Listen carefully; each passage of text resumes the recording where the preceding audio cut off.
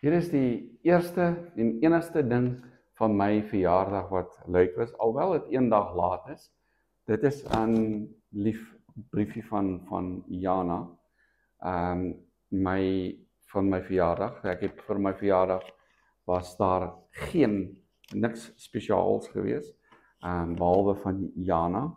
Geen knuffels, wat ek leuk vind. Niks wat en kyk hier so Jana, kyk hier my liefie. Hier is Jana. Jana, ja, ek het gekyk.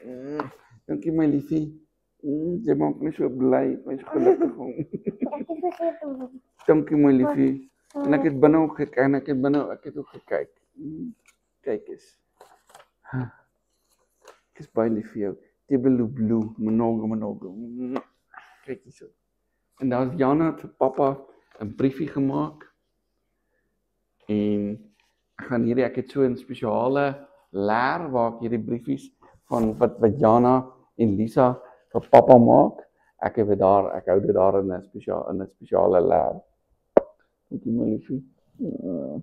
So skattig van Jana en ek was gister my verjaardag heb ek self vir myself ontbyte gemaak, self kos gemaak, self ontbyt, middagete. Ek daar was geen trakteer, geen knuffels behalwe van Jana en van Lisa. So dit was vir my maar Jana het vir my was so schattig geweest.